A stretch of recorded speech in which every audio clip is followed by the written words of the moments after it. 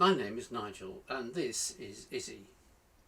Izzy is a Scottish Terrier and she's the inspiration for a series of books called The Forgetful Puppy. My plan is to write 12 books in total and this is the first one. The story concerns Izzy finding a stick and then forgetting where she dropped it. This turns out to be very inconvenient later when she urgently needs to use it.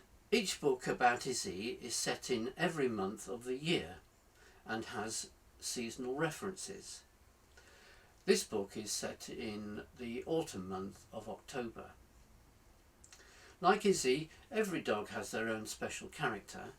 In the book, Izzy is clever, she likes to play with her friends, she likes to eat, especially carrots, and she loves to chase squirrels even though she never has a hope of catching them. But she does forget stuff, and this leads her into all sorts of trouble.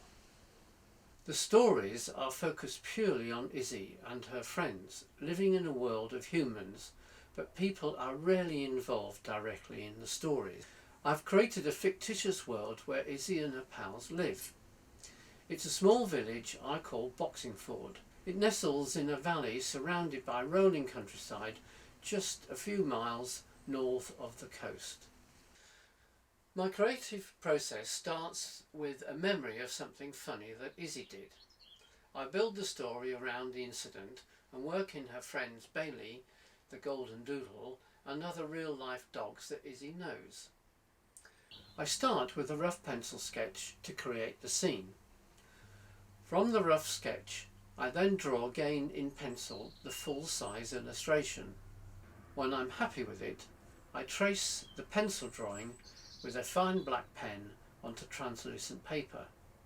The black outline drawing gives me a clear image to trace onto watercolour paper. This creates the faint guideline I need for painting. Then it's out with the brushes and the watercolours. Izzy and Cornelius also stopped and looked at each other, surprised and concerned. Izzy thought was Bailey's It would be good stick. to further involve the readers in these little books, so I decided to include colouring pages. Anyone who draws and paints knows how satisfying the process is, so I thought, well, who doesn't like colouring in? So I've added at the back of the book, there are several pages of outline drawings of each illustration in the book that everyone can get their crayons out and colour in and have some fun. Pegasus have published the first Forgetful Puppy book and it's now available to buy at Waterstones, Foyles, Hatchards, Amazons, plus of course all good bookshops.